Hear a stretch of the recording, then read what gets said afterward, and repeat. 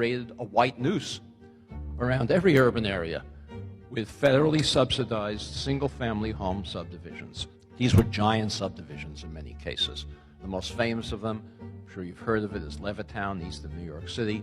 17,000 homes in one place. What bank would be crazy enough to lend a developer the money to build 17,000 homes or 15,000 homes in one place for which he had no buyers? We were in a suburban country at that time.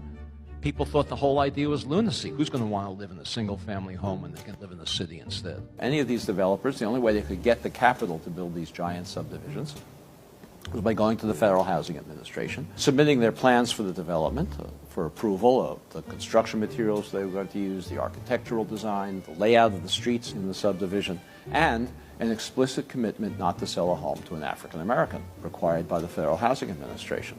The Federal Housing Administration even required, as a condition of these guarantees, developers like Levitt to place a clause in the deed of every home prohibiting resale to African Americans or rental to African Americans. These deeds still exist in these homes today. They're no longer enforced, no longer enforceable, but they're still there. What was the consequence of this? Well, those homes in those days, in all of these suburbs, they sold for $10,000 or less, $8,000, $9,000 a piece. In today's money, that's less than $100,000, probably $90,000. African Americans who were prohibited, not they didn't want to, not because they didn't like living among whites, they were prohibited from moving into these suburbs, and they could easily afford to do so. Any working class family can afford to buy a home for $90,000, roughly twice national median income.